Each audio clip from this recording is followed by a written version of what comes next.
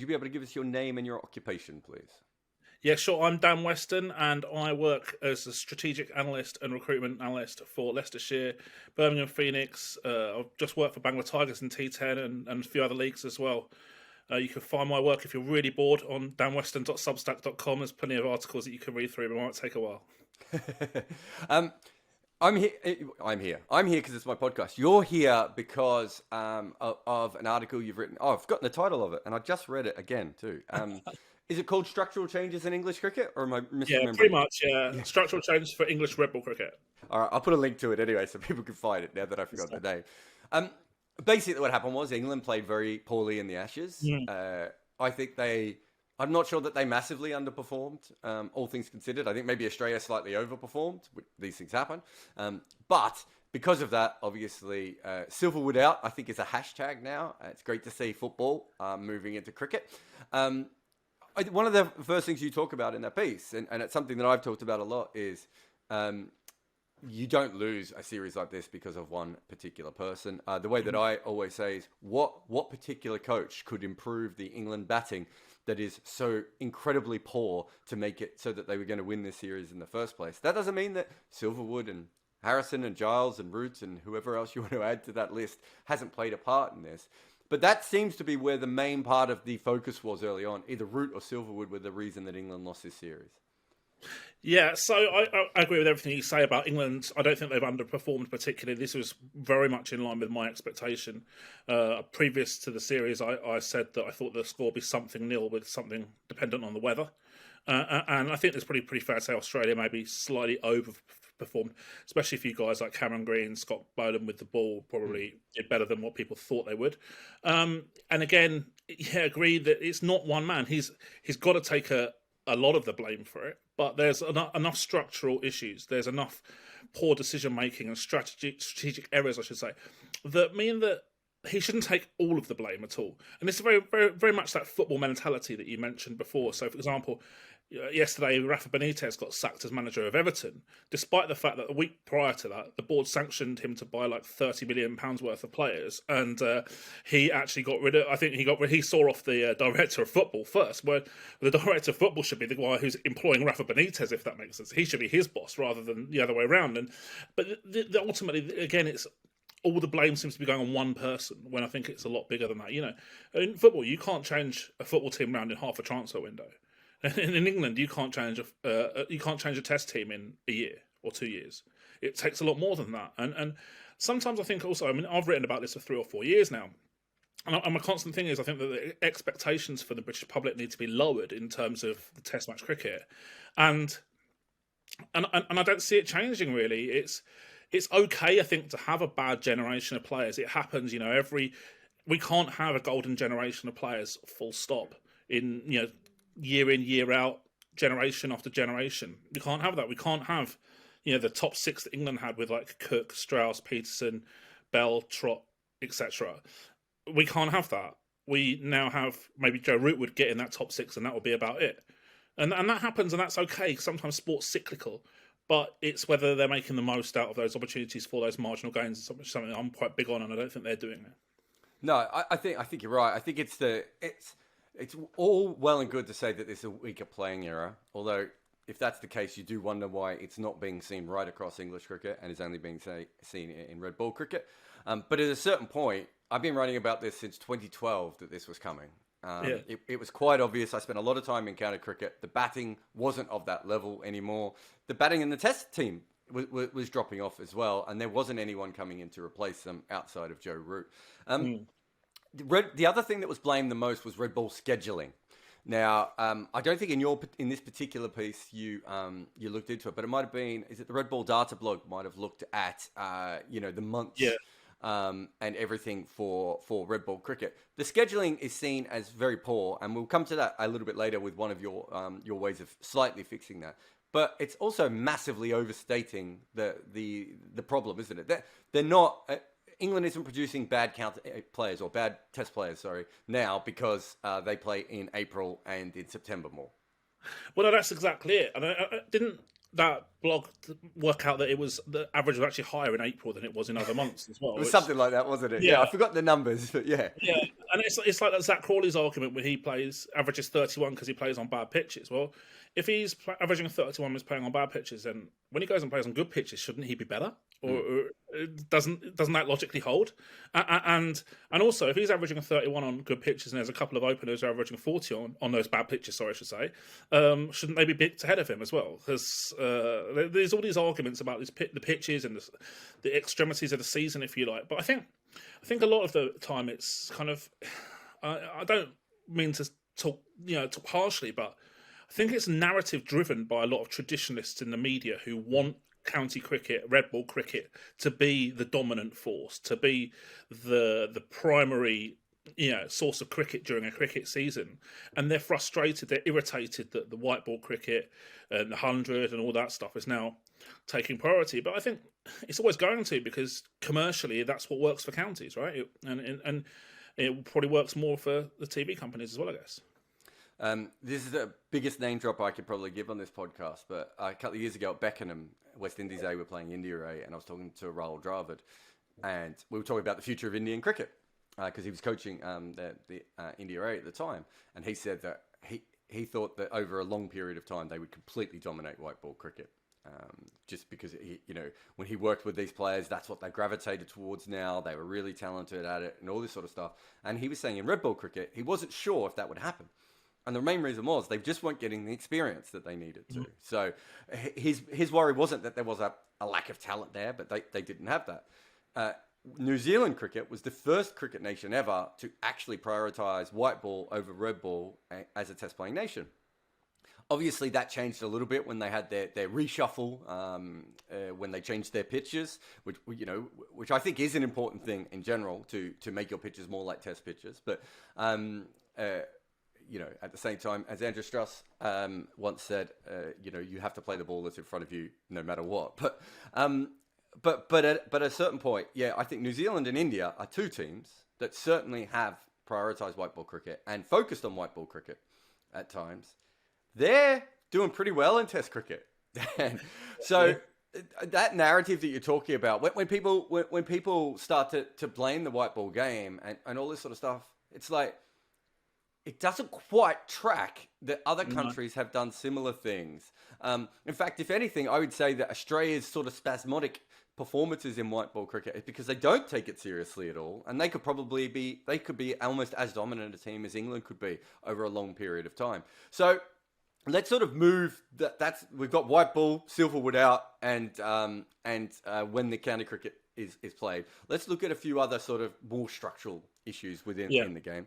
The first one that you talk about is incentives for player development. Now, player development is a huge thing for me. I follow a lot of different other sports, and the way that they develop players is so different.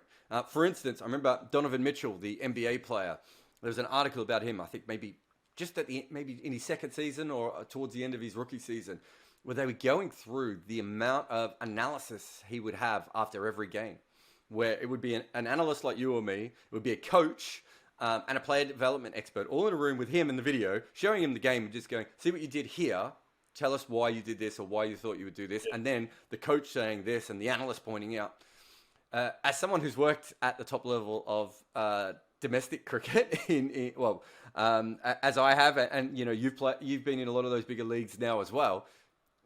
It's hard to even get coaches to look at the footage at the end of the day's play, right? So there's a player development, I think, is a huge problem. But what you've looked at is something really specific, which is not the players directly, but the counties and why they would need to develop players and how we could incentivize them to develop better test players. Could you explain that one for us? Yeah, sure. So ultimately, I feel that the county structure where, you've got county members, you've got the people who demand success of your county team, supporters, members, whatever they are, and the objective of developing players for England are not far off being two mutually exclusive propositions. So if you look at the Middlesex team that won the championship, was it 2017? I think it was. Something around then, yeah. Something around that, yeah.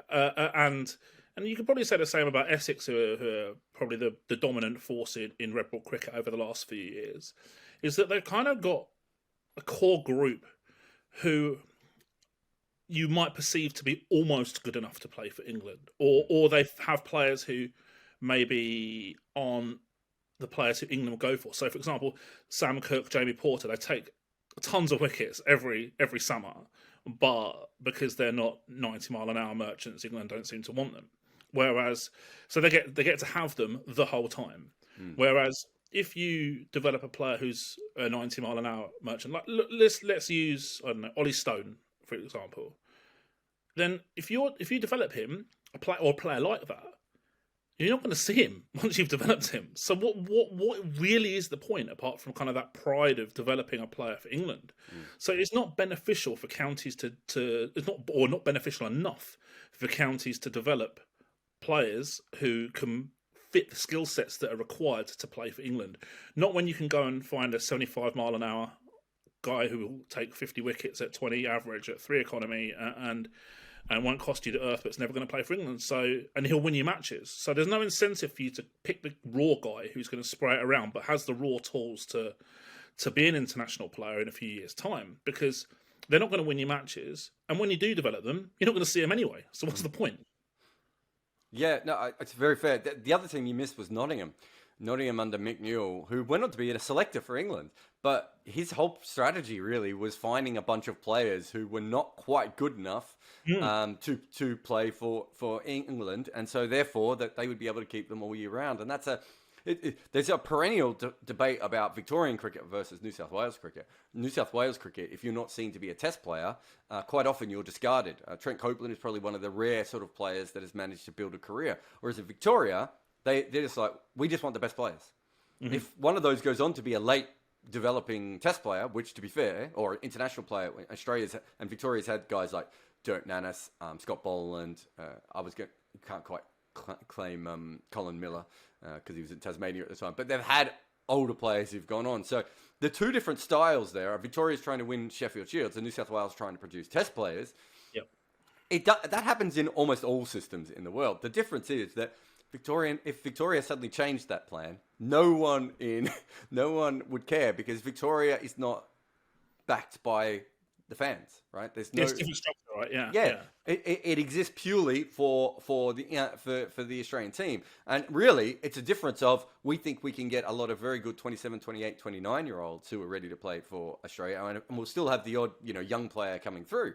And New South Wales is more like, well, we'll just find the most talent and just keep throwing it in, and you'll get your next Steve Smith in a couple, and your next Mitchell Stark and your next Pat Cummins. So it's really that exists everywhere.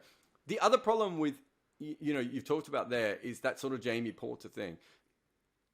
Because the conditions are so extreme, and I would say now that with New Zealand flattening out their first-class pitches, England domestic pitches are an absolute outlier compared to every other sort of first-class structure in the world, would be my guess.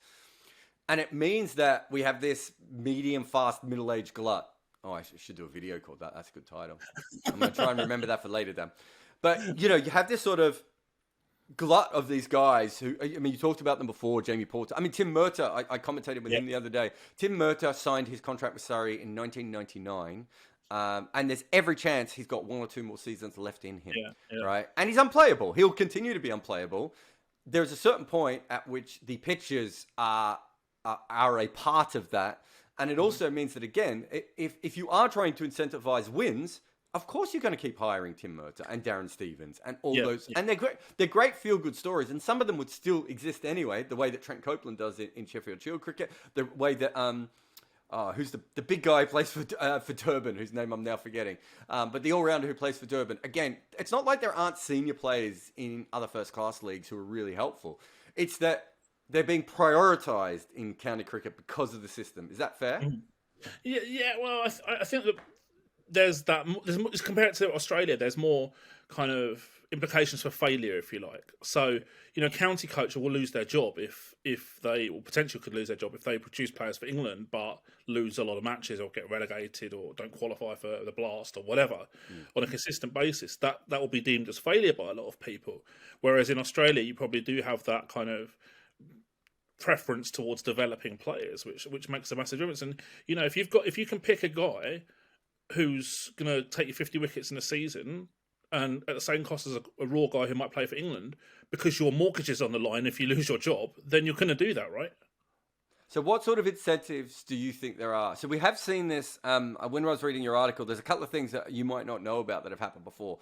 One is that there was at a point where if you're an English player and you made the IPL, you had to give a percentage of that money back to your county franchise. Does that still exist? I don't think it does. I think it does. I think it does. Yeah. So we have seen that. I actually think that the IPL, if they want to develop talent all around the world so that they can make their competition better, should actually be doing that all like separate to the contracts. Be saying, okay, thank you very much, Otago, for this player who we're now putting up on 50-foot billboards. Here's $500,000 for this particular player, so that can you now spend more money and develop another guy? He'll be able to come through and do that again. It'd be quite a nice sort of treadmill, if you like, in terms of like exactly that. So the IPL teams are investing in talent around the world, who then can reinvest that money to get better talent for the IPL team. So it's a nice sort of cyclical arrangement, maybe. But so with England specifically, what you're saying is Ollie Stone, perfect example. Ollie Stone comes through the system. We know England's going to want to rest him a lot because he's a fast bowler, so he's not going to bowl for them as much as possible.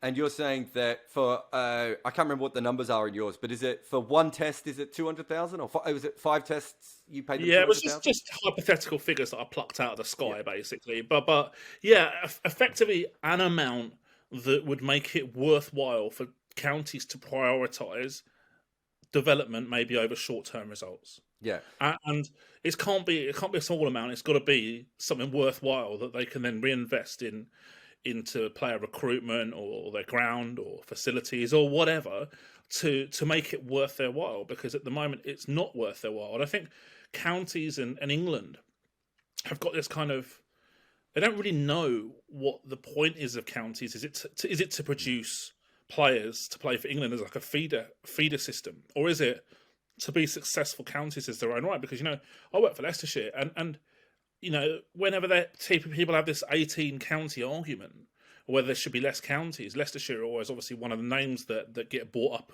for the cull, if you like, and actually Leicestershire have developed quite a lot of players for England over the last 10 or 20 years, but the kind of you just don't know what the point is, what the objective is for a county, and personally, I think that if you have a successful county team, then there's going to be a self-fulfilling prophecy to develop players for England a lot of the time.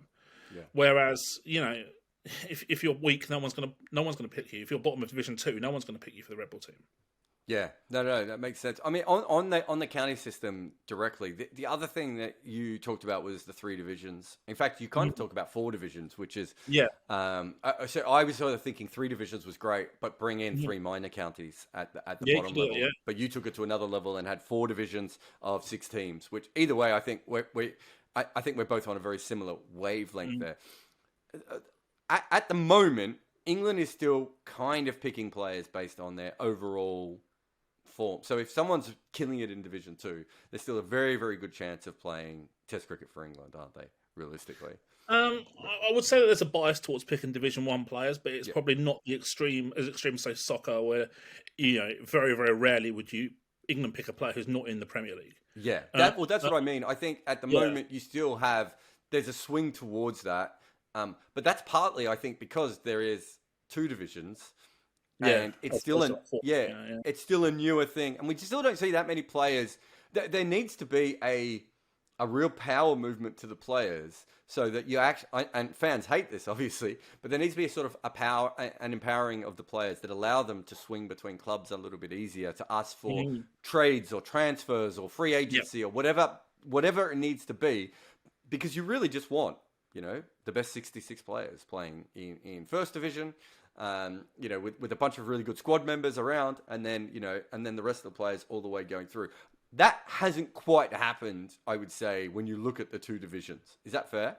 Yeah, not yet. It hasn't happened. It probably should have happened. I think that an effective transfer system, as you say, would definitely facilitate that or speed up that process.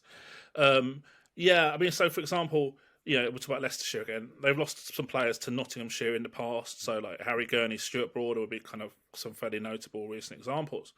But what happens if Notts had to pay 200 grand plus a load of clauses for Stuart Broader to Leicestershire? Then actually it becomes worthwhile again for Leicestershire to produce a Stuart Broad who's gonna play for England, gonna potentially win trophies, be a world class player.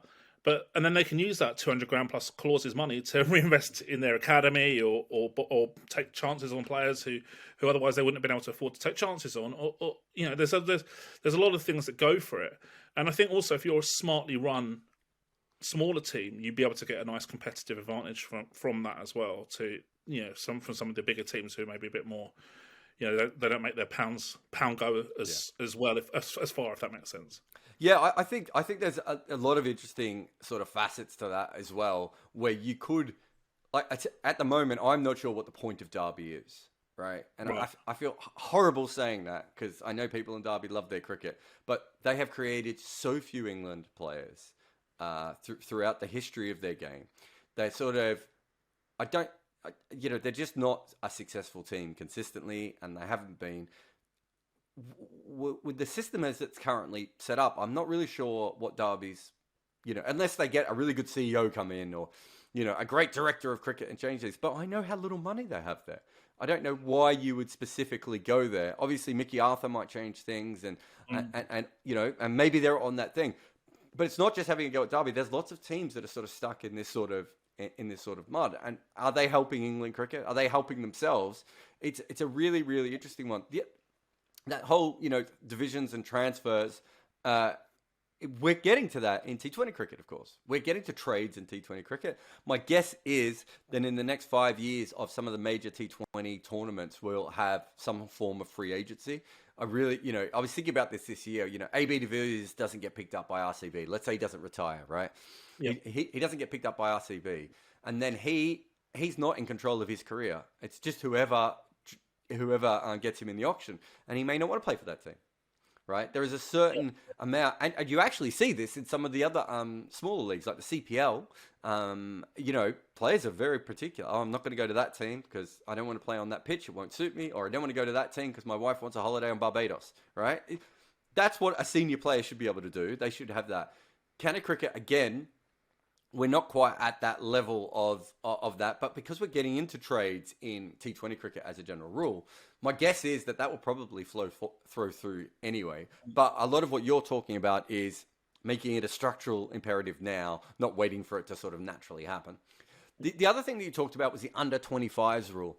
Now, my memory of this is that they tried this in county cricket before, and that was actually how we ended up with Adrian Shankar. For those who don't know, he's a player who falsified his own records to get a contract. He went from being older than Alistair Cook to being younger than Alistair Cook, which is and quite a feat. Although Alistair Cook is ageless, so I don't know how that really puts up. So have tried the under 25s before. I don't know if you're aware of this. They tried a similar thing in the second 11 cricket in Sheffield Shield cricket, and almost everyone said that instantly it was a pointless competition from that point forward. So they made it into a semi-age group. I don't think it was under 25s, though. I think that was under 23s. But what made the second 11 cricket so powerful in Australia, and I think New Zealanders have talked about this as well, is that when you played second 11 cricket in those competitions, you were quite often playing against a 33-year-old lawyer who this is his last chance. If he's ever going to play a first-class game, this is it. And he throws everything at the line. And I've had friends who played in those second 11 games and were like, as far as we played them like test matches, when they made them underage tournaments, even if that was underage with a couple of senior players there, it did change what they were. And it became a little bit more about potential, and you didn't have to survive them, and you didn't have to grind out runs and all those sorts of things. A couple of nice cover drives might mean that you go. That's my only worry with the under 25 angle. But at a certain point, I could see why you're doing it, because you're sick and tired of 33-year-old seam bowlers taking 50 wickets at 20. Well, the irony is that I'm not sick and tired of that, but England are. And you love it. I want more of them. Well, no, you look at it like, so for example, Scott Bowden's almost 33 and he's just made his debut for Australia.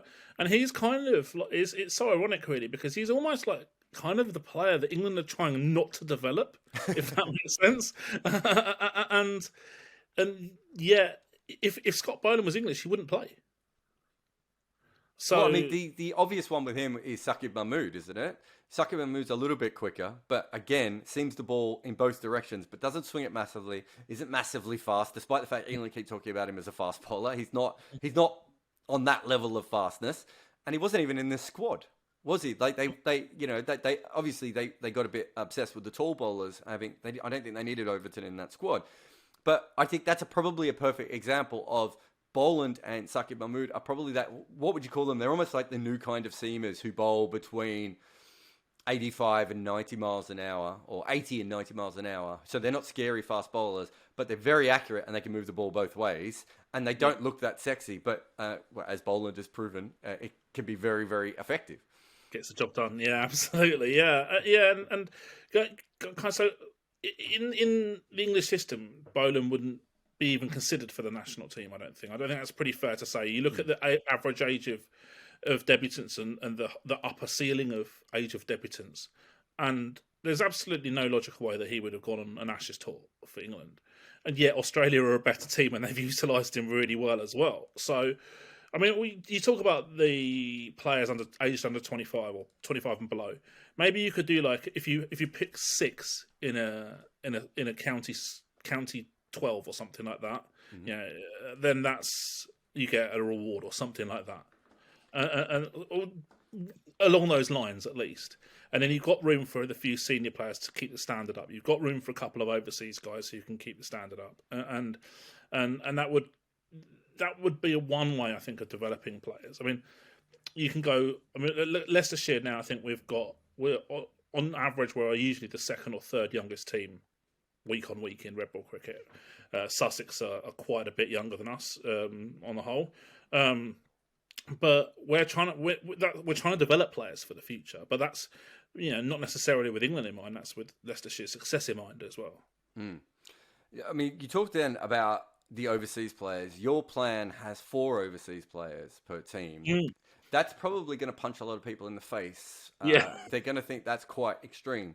However, I've been talking to a lot of first-class players recently in England cricket, not specifically about the development, but you end up chatting about these sorts of things. They're all saying now that since the Colpacks finished, there's been a notable drop in the talent level and the competitiveness of cricket. Now, some of them are then blaming that on England's recent batting problems. As I've pointed out to them, the batting problems started when the Colpacks were still around, so I'm not sure the Colpacks can be directly linked to that. But there is no doubt that level of talent. So when you talk to Shield cricketers, I remember Damien Wright being one, even David Hussey being another. They said that towards the sort of end of their career, they felt that counter cricket was as strong as Shield cricket.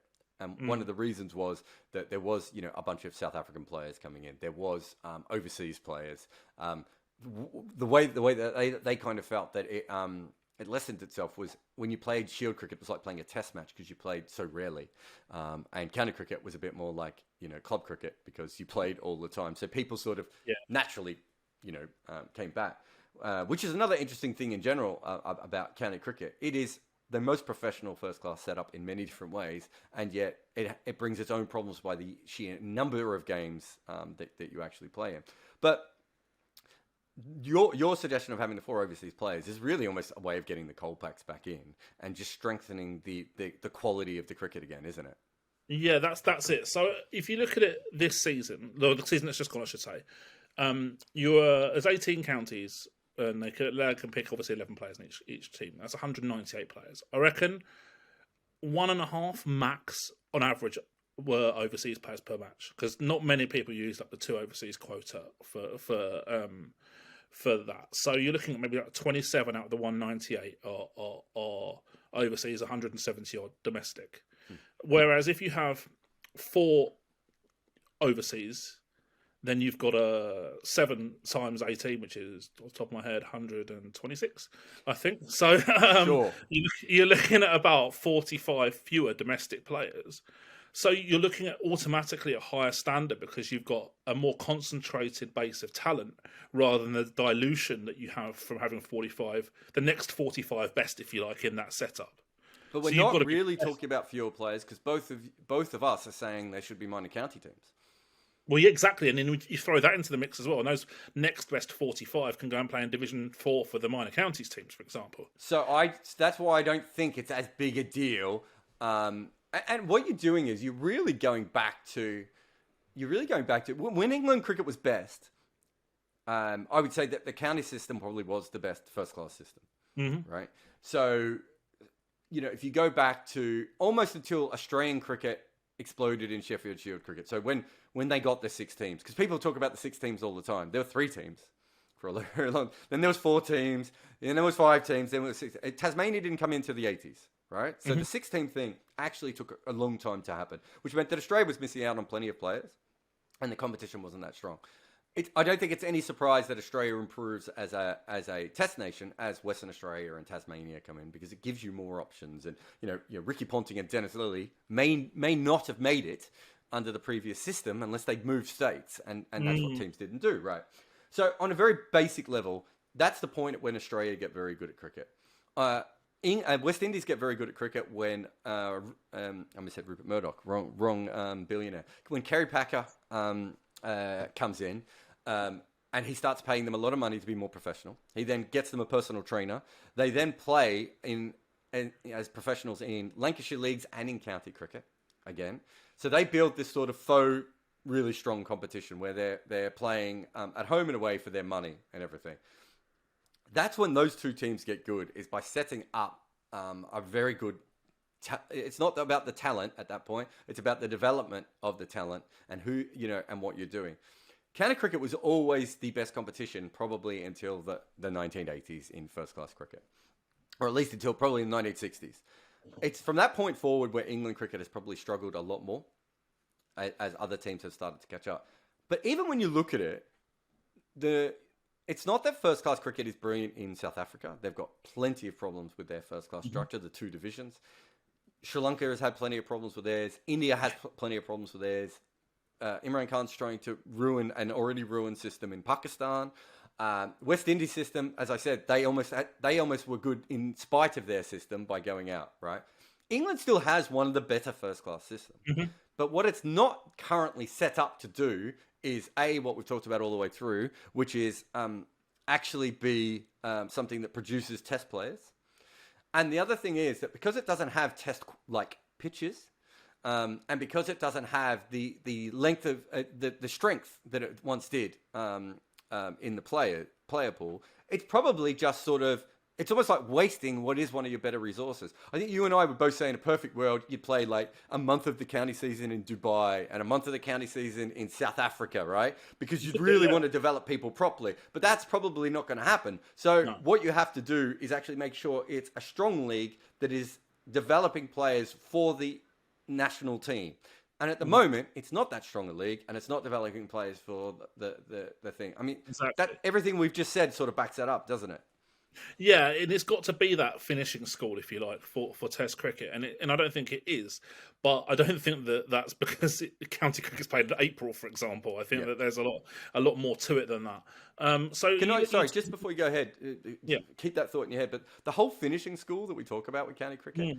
It's not a finishing school for England cricketers. It's a finishing school for overseas players because because they're brought up in other conditions, and going to England tightens your technique a little bit as a seam bowler, as a batter, even as a spinner, because you're now having to bowl on unresponsive pitches, right?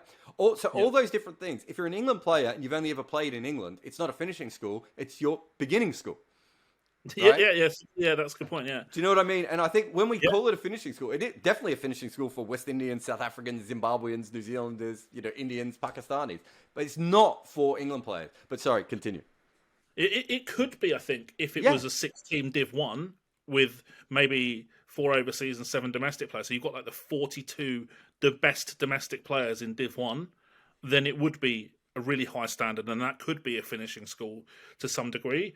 It's interesting that you mentioned about the expansion of the Shield compared to county cricket, because I think that Australia derive a lot more value from going from 5 to 6 teams in terms of having an increase in player pool, which you mentioned produce several world-class players. Whereas England going from like 17 to 18 teams probably doesn't have quite the impact. And we talk about so the 45 players who, if there was more overseas, wouldn't get a county contract in a division or get a regular game time in a Division 3 division structure with the existing teams. But those 45 players are never going to play for England anyway because they're not good enough. So you're not losing anything by doing it. The only negative of that is that maybe you're improving other countries' players as well. That's the only negative. But you also dramatically improve your own standard of county cricket.